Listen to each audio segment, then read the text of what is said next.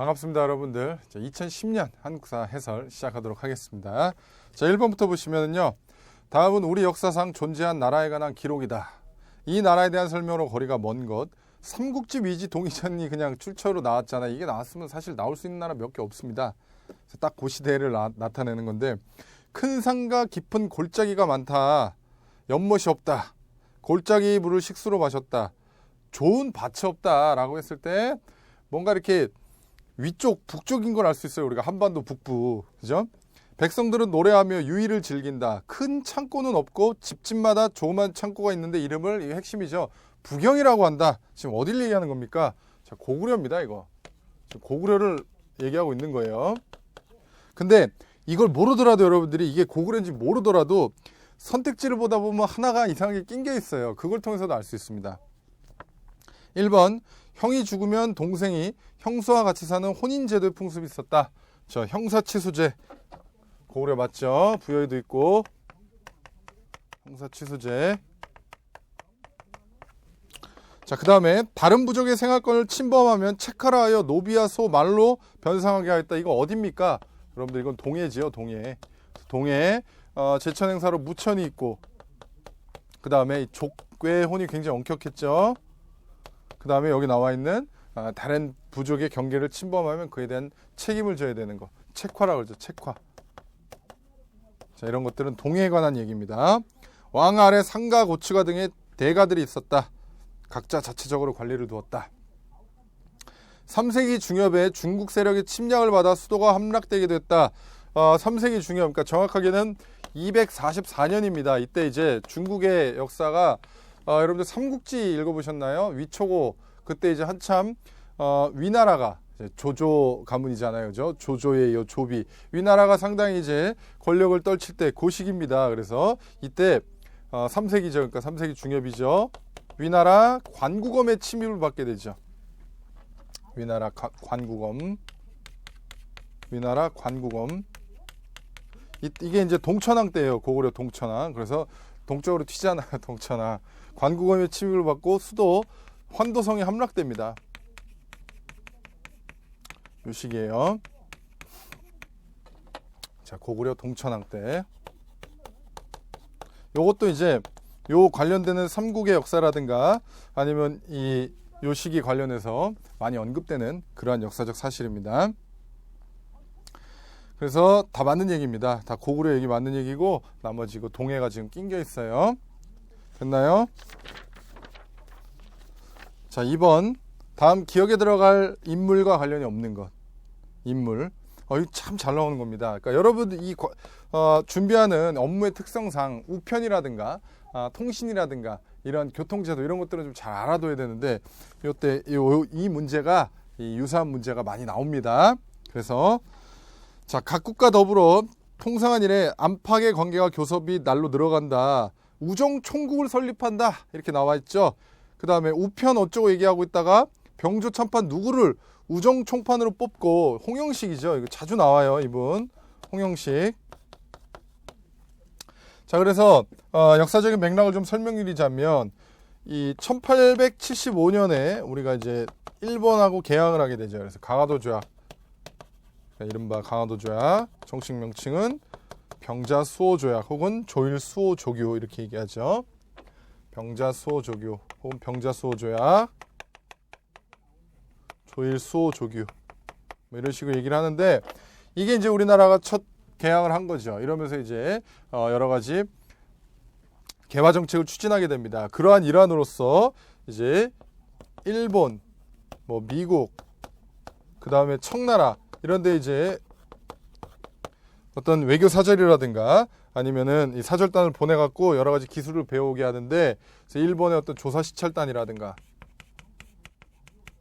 그 다음에 미국의 보빙사라든가, 청나라의 이게 이제 여긴 청나라하고 상관은 사실 없습니다. 그래서 없는데 왜 이것까지 제가 설명드렸냐면은 요거를 함정으로 판 문제가 있어요. 똑같은 문제. 홍영식 얘기를 하면서 관련 없는 답으로 이제 청나라는 여러분들 영선사죠. 영선사가 답인 게 있었는데 이번 것도 거의 비슷한 맥락입니다. 자, 그리고 이 홍영식이 이제 그 마지막 줄이 나오고 있죠. 우정총국의 우정 총판으로 뽑고 그로 하여금 우정 총국의 장정의 마련과 임원의 선정을 보고하여 시행토록 할 것을 분부했다라고 해서 우정국 개국 축하연에 이제 김옥균, 박영효 이런 어떤 급진 개합파하고 힘을 합쳐갖고 갑신정변을 일으키는 게 바로 이게 주도하는 게 홍영식이죠. 1884년에. 그래서 갑신정변 맞고 조사시찰단, 조사시찰단으로 다녀왔고요. 그 다음에 미국의 보병사로 다녀왔고. 아간파천은 언제입니까? 이거보다 한참 뒤지요. 그렇죠? 1884년에 갑신정변이 있고요. 3.1천하로 끝나죠. 이때 급진개합파, 이게 홍영식, 이런 아까 말씀드린 것처럼 홍영식이 주도해서 이제 김옥균, 박영효 이런 분들하고 갑신정변 일으키고 그러다가 이제 새로운 정부를 설립하려고 했는데 청나라가 개입해서 3.1천하로 끝나고 대역 죄인으로 처벌받죠. 자, 갑신정변 이후에 1894년에 갑오개혁이 있게 되고요. 그 다음에 이어서 1895년 을미사변이 있게 되죠. 이어서 고종황제가 1896년 러시아 공사관으로 피신 가죠. 아간파천입니다.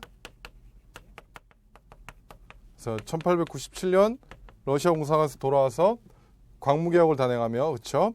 대한제국 수립을 선포하죠. 자, 이 시기입니다. 이 시기. 그래서 아간파천은 시기가 안 맞아요. 자, 됐나요? 자, 3번 보도록 하겠습니다. 3번. 다음에서 고려시대 정치제도에 대한 설명으로 옳은 것을 모두 고르시오. 이런 거 되게 평이한 겁니다. 6조, 왕권에 따라 실무처리 권한이 강화되기도 했다. 6조면, 그러니까 의정부하고 6조가 이제 조선의 기본적인 정치 구조잖아요. 그렇죠? 이제 고려는 6부입니다. 6부. 그죠? 식목도감은 대대적인 법령 문제를 다루는 제추. 그래서 제신과 추신 혹은 추밀이라고도 하죠. 추밀. 자, 고려 맞고요. 지방간이 파견된 주연보다 파견되지 않은 속현이 많았다. 고려의 지방제도를 보시면은요. 성종 때 처음으로 이제 이 시무 28조죠. 최승로의 시무 28조 건의에 따라 지방간을 파견합니다. 그래서 최초로 지방간을 파견하는데 이렇게 생각해 보시면 될 것 같아요. 그러니까 사또 이런 개념이라 한번 생각해 보세요. 사또가 있는 고을보다 사또가 없는 고을이 더 많습니다. 그래서 지방간이 파견된 현을 이제 주현이라 그러고요. 지방간이 파견되지 않은 현을 속현이라 그래요. 그래서 주현보다 속현이 더 많았습니다. 그래서 실질적인 어떤 이런 행정이라든가 실질적인 어떤 고을을 다스린 건 사실상 향리였죠. 향리. 향리의 어떤 실질적인 권한이 굉장히 컸습니다. 고려 때는. 자, 그에 비해서 여러분들 조선 때는 어떻게 됩니까? 이게 이제 고려의 얘기라면 이와 비교해서 고려는 속현이 소멸합니다. 이 말은 무슨 말이에요? 모든 9년 단위에 지방간이 다 파견됐다 이거죠. 속현이 소멸합니다. 조선은. 자, 이렇게 보시면 돼요. 면리제를 실시했다. 촌락에 대한 지배를 원활히 하고자 했다. 그래서 면리제를 실시한 것과 5가구를 하나의 통으로 묶었다. 오가작 통제, 오가작 통법 혹은 오가작 통제. 자, 이런 것들은 조선입니다. 그래서 다 지금 조선 걸 섞어 놔서 틀린 거예요. 자, 계속해서 보시면은요. 자, 4번 보겠습니다. 4번. 자, 이거는 또 역사를 좀 봐야겠네요. 자, 아까 강화도주역 잠깐 설명드린 거 있는데 그거하고 좀 관련해서 1870 물론 1860년대부터 잠깐 좀 더 거슬러 올라가 볼게요. 흥선대원군이 집권했던 1860년대 있죠. 60년대 흥선대원군 집권기에는 자, 흥선대원군이 집권했다. 물론 다 고종 때입니다. 집권 시기에는요. 이른바 통상수교 거부 정책이죠. 1860년대. 이때는 통상수교 거부 정책으로 이제 세국 정책이라고도 하죠. 통상수교 거부로 우리가 되게 유명합니다. 대표적인 사건으로 이를테면 1866년에 병인양요라든가 1871년에 신미양요라든가 이어서 척하비를 세운 거 이런 것들. 그래서 이와 같은 서양과의 어떤 교섭을 이제 철저하게 반대하는 것과 그 다음에 서양과의 수교, 적극적인 수교를 통해서 우리가 근대화를 일으켜야 된다. 그래서 이런 것들의 일환이 바로 이제 이쪽이 위정척사고요. 이게 뭡니까? 사학을 배척하고 정학을 수호한다. 그러니까 성리학적 신분 질서를 지키려는 유생들의 이러한 사상이라고 보시면 돼요. 성리학적 신분 질서를 고수하는 겁니다. 자, 이에 비해서 이제 방금도 말씀드렸지만 개화 사상이 이렇게 대립을 합니다. 아까 홍용식 같은 분들은 개화파잖아요, 그렇잖아요. 이렇게 막 서양식 문물 들여와 갖고 우리도 이렇게 발전해야 된다 이렇게 가는 거잖아요. 자, 요렇게 가던 게 이제 1870년대 들어가면은요, 여러분들 이제 외양일체론으로 가는 겁니다. 외놈이나 양놈이나 맨 다 같은 놈이다. 외양일체론. 이게 이제 1870년대 대표적인 사건이에요. 그래서 외양일체론. 그래서 개항을 하면 안 된다. 개항 반대운동. 대표적인 인물도 좀 기억을 해두셔야 되는데요. 최익현 이런 분들. 자, 그 다음에 이제 유인석 이런 분들. 이게 다 선택지 나올 겁니다. 그래서 같이 정리하는 거예요. 자, 이때 있죠. 흥선대원군이 집권하던 시기에 통상수교 거부 정책을 뒷받침해줬던 1860년대 대표적인 인물은 이양로, 기정진 이런 분들이에요. 이양로, 기정진. 자, 이게 이제 1870년대 나올 수 있고요. 1880년대 들어가면 이른바 이런 거죠. 그래서 1880년대 굉장히 이제 과격하게 일어나는데 이때 이 조선 책략이 유포됩니다. 그래서 조선 책략, 요거에 대한 설명을 좀 드릴게요. 조선 책략이 유포되는 걸 계기로 굉장히 과격한 이러한 어떤 서양을 배척하는 이러한 사상이 나오게 되는데요. 대표적인 인물이 이만손하고 홍제학입니다. 이만손, 홍제학.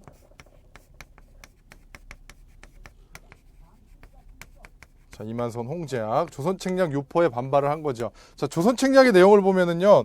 우리가 러시아가 남하하고 있는 거에서 대처를 하기 위해서는 중국과 친분을 다져야 되고 일본과 결의를 다져야 되며 결일본, 그 다음에 미국과 연합해야 된다. 연미국. 이러한 내용을 담고 있죠. 그래서 요거를 좀 살펴보도록 할게요. 좀 더 나아가면 1890년대는 의병으로 이제 나가는 거고요. 자, 한번 보겠습니다. 다음 내용에 관련된 인물과 그 주장. 자, 위정척사는 정조 이래로 내려온 조정의 기본 정책으로서 아직도 그 의리가 빛나고 있다. 고종의 친정 이래로 일본과 서양의 똑같은 애를 모르고, 그러니까 이거 다음이에요. 외양일체론 이유를 얘기하는 겁니다. 일본과의 통상을 주장해온 결과 사설과 이의가 횡행하여 조선의 사태가 위급하기 비길 데가 없다. 어쩌고 얘기하면서 국왕은 더욱 위정척사의 대의를 밝혀주고 주화 매국하려는 신료들을 처단해야 한다. 그래서 이건 지금 홍제학의 상소문이고요. 굉장히 좀 가장 급진적이었습니다. 이만손의 영남만에서도 유명하지만 지금 이거는 홍제학이에요. 그래서 뭐 이름 나오고 있죠. 뭐 이양로 1번에 그다음 홍제학. 그리고 조선 책략이 유포되자 정부의 개화 정책을 비판하는 만원서를 올렸다. 많은 얘기. 최익현 이렇게 이름 다 나오잖아요. 그렇죠? 뭐 기정진 이렇게 나오고 있죠. 그래서 요 내용을 좀 잘 정리를 해 두셔야 됩니다. 그 다음에 1890년대 의병까지 나오고 있죠. 그래서 의병 항쟁을 좀 나온 김에 정리해 보면은요. 의병의 역사는요. 1895년 을미사변이 일어나잖아요. 을미사변과 반발령을 계기로 처음 의병, 그게 이제 을미의병이에요. 그 다음에 1905년 을사조약의 이제 을사조약 체계를 계기로 일어난 의병이 을사의병 1905년.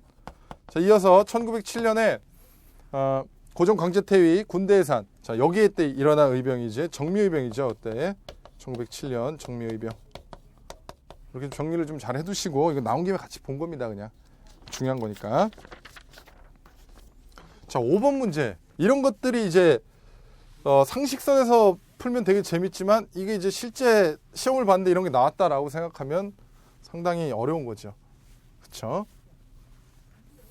자, 한번 보도록 하죠. 우리나라 사람들과 접촉한 인물들이다. 그 시기가 빠른 순으로 배열된 것. 빠른 순이니까 일단은 제일 뒤에 뭐가 와야 되냐면 제가 잠깐 언급드린 거 있죠, 여러분들. 아까 흥선대원군 이거 얘기하면서 1866년에 병인양요, 그러니까 프랑스 함대가 쳐들어오죠. 프랑스 신부 바케르 구실로 병인양요. 이어서 1871년 미국 상선 제너럴 셔먼호 평양 관민들이 친절하게 불살라 버리잖아요. 그렇죠? 1871년 그걸 계기로 이제 신미양요. 요 사이에 있던 게 뭐냐면 1868년에 독일상인 오페르트가 조선과의 어떤 수교, 통상 수교를 이제 요청했다가 거절당하니까 흥선대원군 아버지죠. 남연군 묘를 도굴합니다. 오페르트 도굴 사건이에요. 그게 독일상인 오페르트가 흥선대왕 아버지 묘를 도굴합니다. 오페르트 도굴 사건.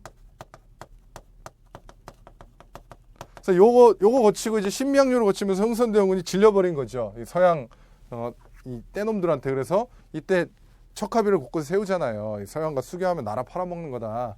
척하비를 전 곳곳에 세운단 말이에요.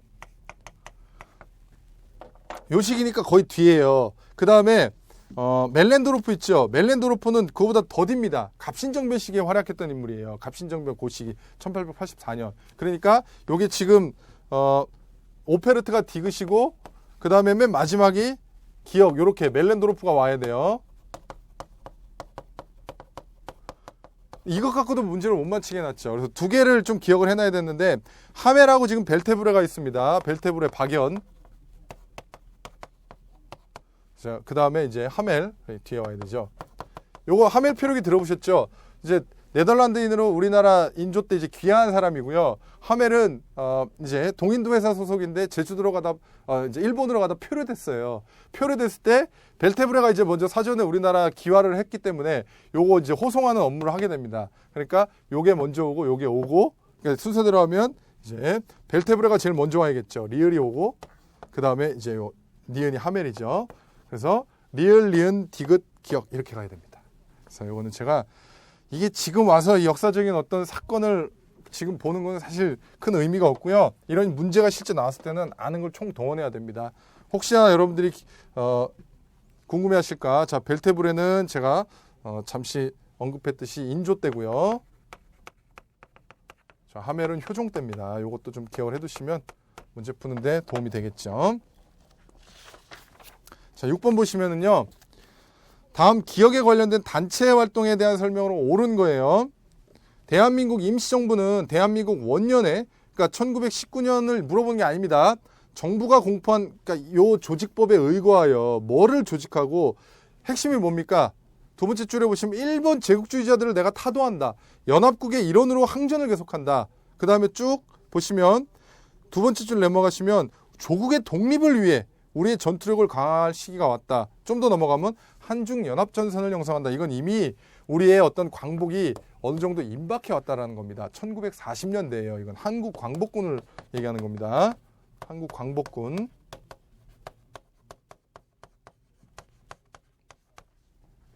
그래서 답이 1번입니다. 조선 의용대 병력을 일부 흡수하여 조직을 강화하였다. 이런 군사 문제도 어느 정도 좀 경향이 있습니다. 기출이 종종 되는 거예요. 자, 양세봉의 지휘하에 조선혁명군 나왔던 거예요. 자, 그 다음에 중국 호로군과 연합했다. 동경성 전투에서 일본군을 무찔렀다. 한국 독립군.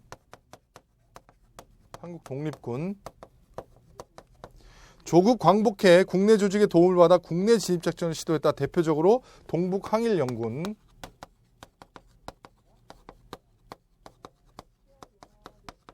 자, 이렇게 하시면 되겠죠. 자, 됐나요? 자, 이쪽 지워버리고 계속 보도록 하겠습니다. 자, 7번. 다음은 고려시대 농민생활. 상당히 많이 물어보죠, 고려를. 자, 고려시대 농민생활과 사회제도에 대한 설명으로 옳은 것을 모두 골라라. 불교의 신앙 조직인 향도, 그러니까 매향 활동을 하죠. 이제 향나무를 바다에다 묻는 이게 불교적인 신앙에서 이제 유래된 거고, 동시에 어떤 불교 사찰 같은데 뭐 이렇게 이제 건물을 짓거나 할 때 대규모로 가서 이제 노동력을 제공하고 그랬죠. 그래서 매향 활동을 했던 향도 맞는 얘기입니다. 양인의 대다수는 농민으로서 백정이라고 불렸으며 이들에게는 조세 공납 여기부가 되었다. 그래서 되게 많이 나오는 겁니다. 이 백정 있죠, 여러분들. 백정이 고려하고 조선하고 다르다 얘기를 굉장히 많이 제가 강조를 합니다. 그래서 이 고려 때는 이 농민이에요. 그러니까 평민이죠. 그러니까 조선 때는 천민입니다. 도살업자. 그래서 이제 1923년, 그러니까 1894년에 이 갑오개혁 때 신분제가 폐지됐음에도 불구하고 갑오개혁 때 법지적으로는 신분제가 폐지되죠. 법지적으로 신분제가 폐지됐지만 그러함에도 불구하고 여전히 사회적 차별이 존재했죠. 사회적 차별이 존재했습니다. 이 사회적 차별이 존재했기 때문에 이러한 어떤 차별 철폐 운동을 벌이고자 1923년에 조선 형평사를 설립합니다. 조선 형평사 다 기출된 거예요. 조선 형평사를 설립하고 차별 철폐 운동인 형평 운동을 이제 추진하는 게 바로 이 백정과 관련돼 있죠. 조선 백정. 자, 고려 때는 평민이에요. 평상시에 공문을 비차했다가 흉년에 빈민을 구제하는 사창제도는 조선입니다. 농민들은 토지에 대한 세금으로 1결당 최고 20도에서 최하 4도를 냈다. 이게 조선 세종 때 만들어진 이제 조선 세종 때 전분 육등법, 연분 구등법을 얘기하죠. 얼마나 복잡합니까? 그래서 원래 세종대왕님이 원래 5만 원짜리 화폐로 갈 수 있었는데 이게 잘못해갖고 만 원짜리를 갖다라고 제가 지어낸 말이 있어요. 연분 구등법. 그러니까 좀 복잡합니다. 조세 있죠, 조세. 그러니까 전세, 조세. 그러니까 토지세를 수취해야 되는데 토지의 비옥도에 따라 6등급으로 나누고 그의 풍융에 따라서 9등급으로 나눠갖고 여기 나온 것처럼 최고 20도에서 최하 4도를 낸다. 얼마나 복잡합니까? 그래서 나중에 이제 4도로 통일을 시키죠. 그래서 영정법으로 통일됩니다. 자, 조선이에요. 어쨌든. 자, 8번. 혼인제도도 종종 나오는 겁니다. 그러니까 이 가족제도, 혼인제도, 그 다음에 여성의 어떤 신분 이런 것들 정말 많이 물어보는 거예요. 자, 보시면은요. 이 고려 말까지는요. 고려 때까지는 고려까지 그러니까 이제 고려 말이라고 여러분 헷갈리시니까 고려 때는 여성의 지위가 굉장히 높습니다. 여성의 법적인 지위가 사회적인 지위가 굉장히 높아요. 지금이랑 거의 같다고 보셔도 됩니다. 그래서 이 조선 초까지 어느 정도 유지돼요, 이게.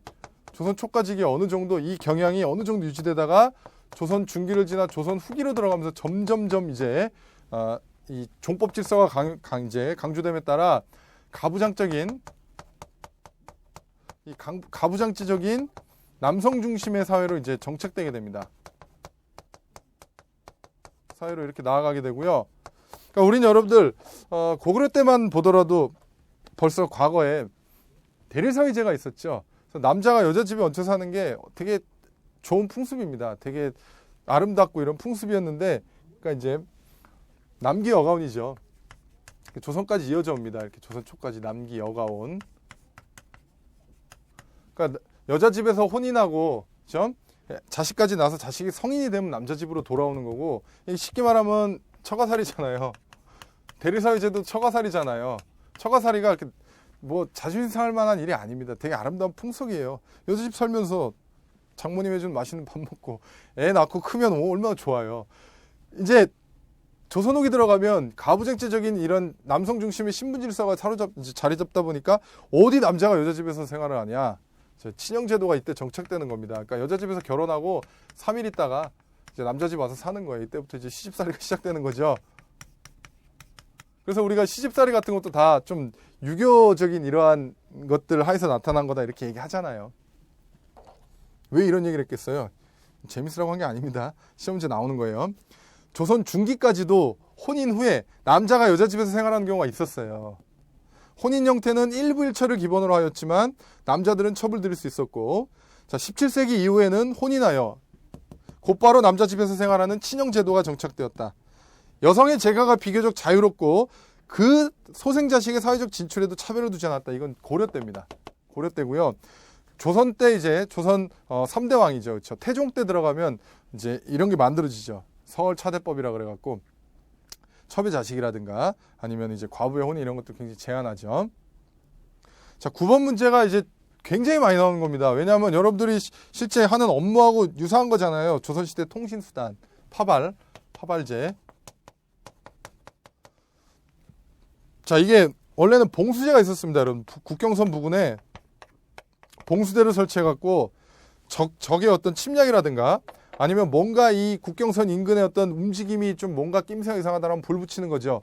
그럼 불 붙여야 되는데 이게 날씨가 안 좋거나 비가 오거나 뭐 안개가 꼈거나 이러면 어떻습니까? 하나가 뚫려버리면 이제 다 뚫리는 거예요. 이제 안 보이고 이러면은 예를 들어 아니면 뭐 적의 어떤 계략에 넘어갔거나 뭐 여러 가지 이유가 있겠죠. 그래서 이 봉수제는 그래서 정유재란 때 1597년 이제 임진왜란 이후에 이제 강화를 하는 것처럼 하면서 다시 후퇴한 척하다가 다시 쳐들어오잖아요. 정유재란 1597년 정유재란 때 이 봉수제가 유명무실화된 겁니다. 이걸 발견하고 이제 간헐적으로 파발제를 실시하는 거예요. 그래서 파발은 뭐냐면은요, 쉽게 말하면은 공문서를 이렇게 빨리 전달할 수 있는 사무소를 중간중간에 두고 거기서 이제 기발 혹은요 도발 이렇게 사람이 이렇게 뛰어갖고 빨리빨리 전달하거나 아니면 말 타고 전달하거나 이런 개념이에요.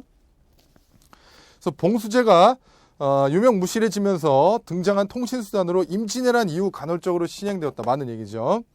말을 사용하여 신속하게 전달하는 기발과 사람의 도보에 의한 보발이 있었다.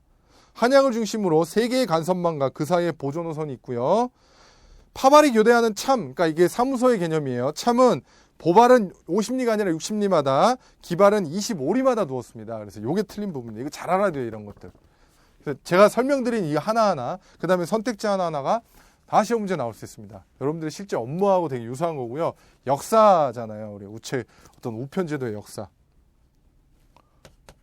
자, 10번. 조선 후기 향촌사회 질서 변화.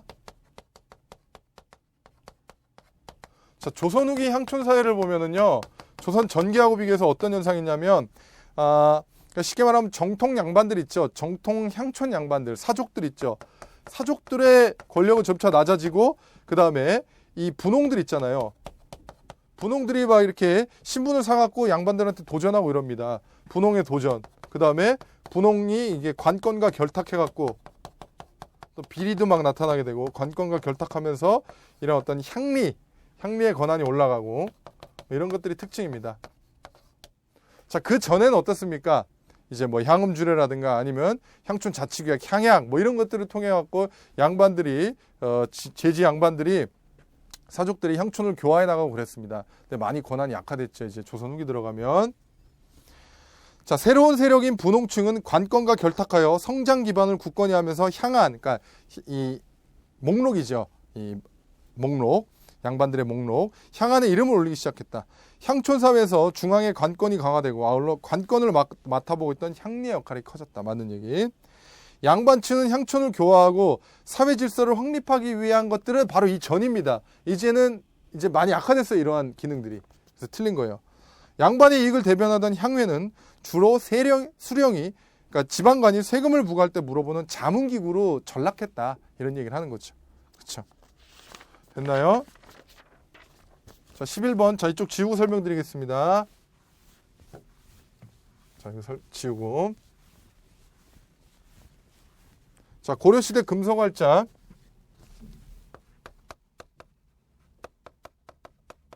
자, 활자 및 활자본. 자, 지금 여러분들 책을 어떻게 냅니까? 그러니까 뭐 컴퓨터로 출력하는 것도 있고, 그 다음에 뭐 인쇄소에서 이제 뭐 하잖아요. 제본하고. 그럼 이때는 책을 어떻게 낼까 이거죠. 활자를 만들어서 찍습니다. 그죠? 활자를 만들어서 책을 찍어내요. 그래서 이 활자는 쉽게 말하면 지금으로 말하자면 인쇄기구. 활자 번호 뭡니까? 책이죠. 그러면은 활자엔 2가지가 있습니다. 목판본이 있고요. 그러니까 목판으로 찍어낸 책이 있고, 금속 활자본이 있죠. 금속으로 찍어낸 책이 있어요. 이걸 알고 있어야 되는 거예요.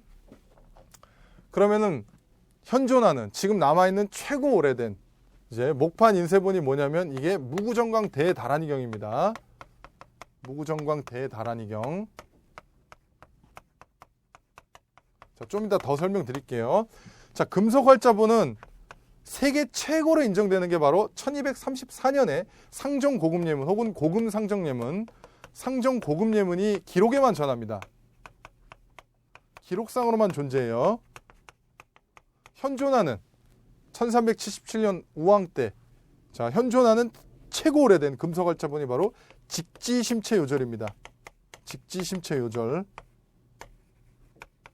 현존해요. 1377년 우왕 때입니다. 자, 이렇게 해놓고 이제 설명드릴게요. 옳은 겁니다. 고종 때 고금 상정 예문이 금속 활자로 간행되었다. 그렇습니다. 이거는 부전합니다. 지금 현재 전하진 않지만 이규보가 쓴 동국 이상국집에 이게 있었다는 기록이 있어요. 그래서 같이 알아두세요. 부전하지만 이규보가 쓴 동국 이상국집에 전합니다. 이 기록이 이게 있었다는 1234년 간행됐다는 이상국집의 기록이 있어요. 맞는 얘기입니다. 고종 때 해인사의 제조대장경이 금속활자로 간행되었다.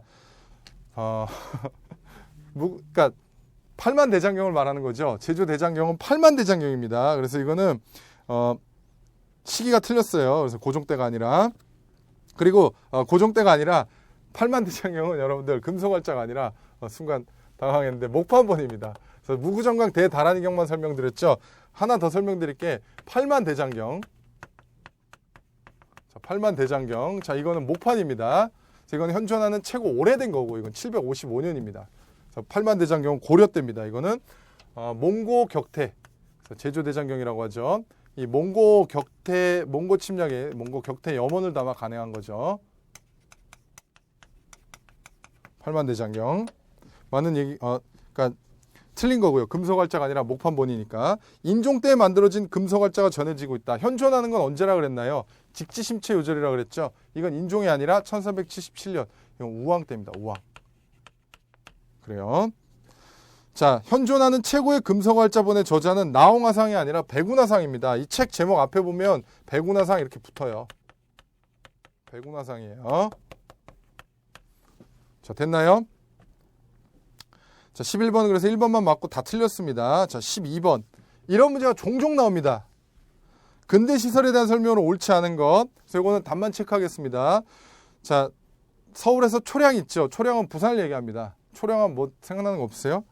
밀면 생각 안 나나요? 밀면? 부산이에요. 경부선 철도가 개설된 건 1904년이에요. 이런 문제가 종종 있어요. 실제 시험 보다 보면 많이 틀리죠. 이걸 다 어떻게 알아요? 최근 문제 보다 보면 다른 것도 많이 있습니다. 우편번호 제가 실시했던 해에 관련된 일, 그런 것도 많이 나와요. 자, 13번. 자, 지워버리고 보도록 할게요.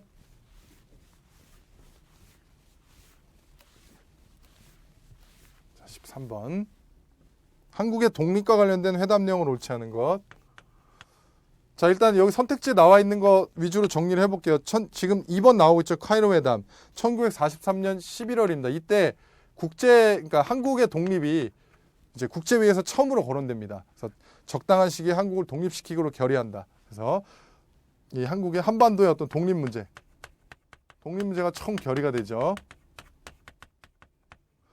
그러다가 이제 1945년 얄타 회담에 이어서 이제 포츠담 회담 있죠. 선택지가 3번입니다. 그래서 1945년 7월 포츠담 회담. 자, 이 포츠담 회담에서는 어떤 얘기가 오가냐면 일본 있죠.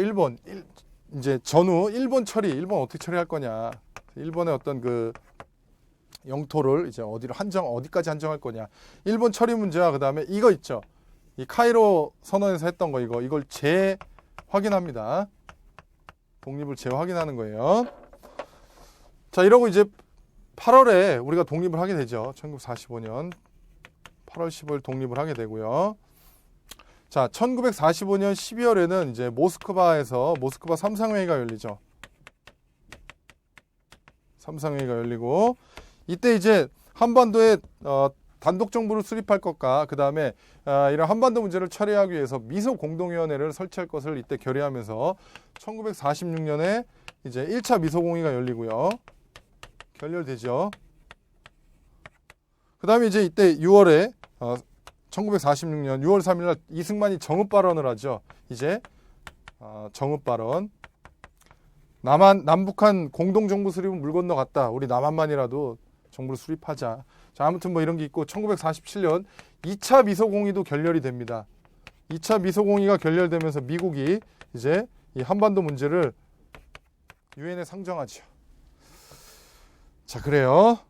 자, 옳지 않은 거 모스크바 삼상회의에서 임시정부 수립과 신탁 통치안을 결의하였다. 맞는 얘기. 카이로 회담에서 미영 중의 순회들은 적당한 절차를 거쳐 한국을 독립시킬 것을 처음으로 결의하였다. 맞는 얘기. 포츠담 회담에서 일본은 한국에서 모든 권리 및 청구권을 포기하였다. 그런 얘기가 아니죠.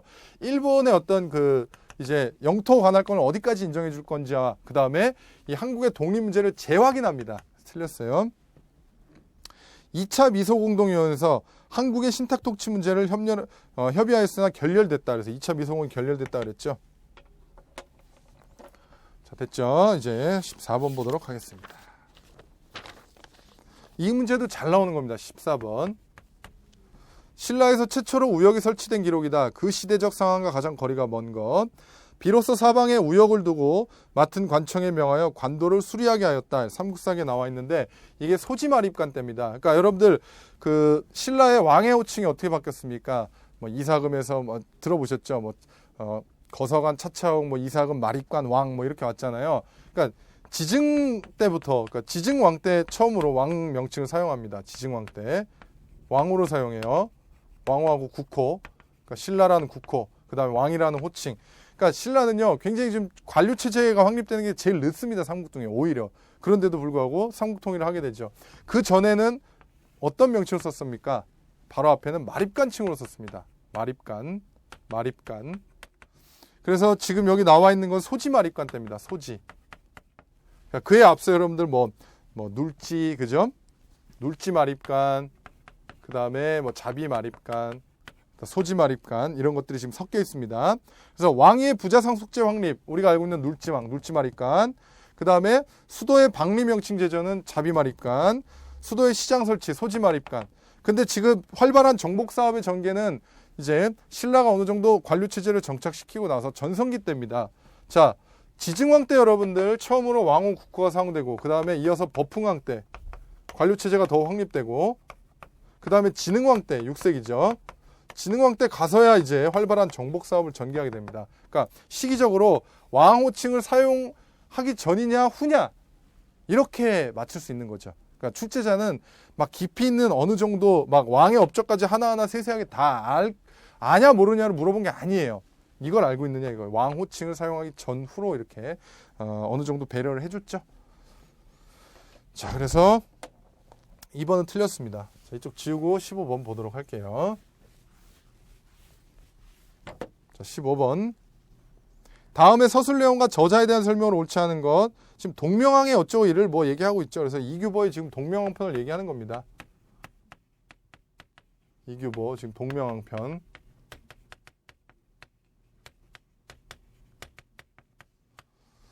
자, 그래서 답이 1번이고요. 동명왕을 천지의 손자로 인식하고 영웅으로 드높였다. 신라의 개성의식과 유교적 합리주의. 자, 이건 삼국사기입니다. 이거는 어때요? 고구려 어떤 그 민족주의, 자주적 이런 것들을 강조하는 거잖아요. 그렇죠? 그 정도 보시면 될 것 같고요. 넘어가도록 할게요. 이건 쉬운 거니까. 자, 16번. 다음 제시와 관련 있는 신라 승려, 진골귀족 출신이고 중국 유학, 양도 통도사를 창건했다.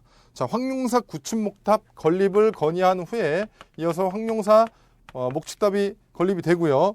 그 다음에 완성된 후에 황룡사의 2대 주지가 됐죠. 자, 이거는 답이 2번입니다, 여러분들. 그래서 자장이고요. 대국통이 되어 승정기구를 정비하고 불교 고단을 총괄하였다. 이렇게.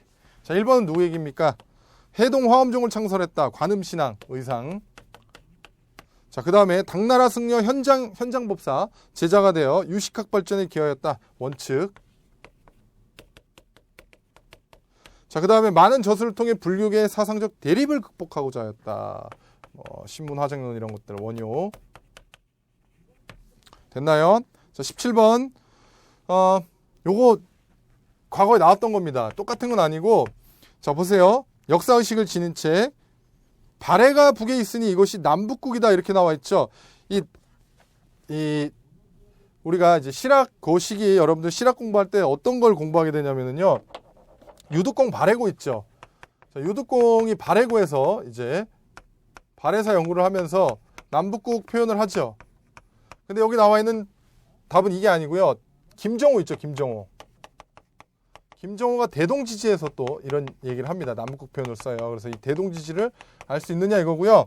이 문제도 한 번쯤 나왔던 겁니다. 그래서 생판 새로운 건 아니에요. 자, 여기에는 마땅히 남북국의 역사가 있어야 할 터인데 고려가 편찬하지 않은 것이 잘못이다. 이렇게 돼 있죠. 그래서 대동지지로 하시면 돼요. 자, 그 다음에 18번.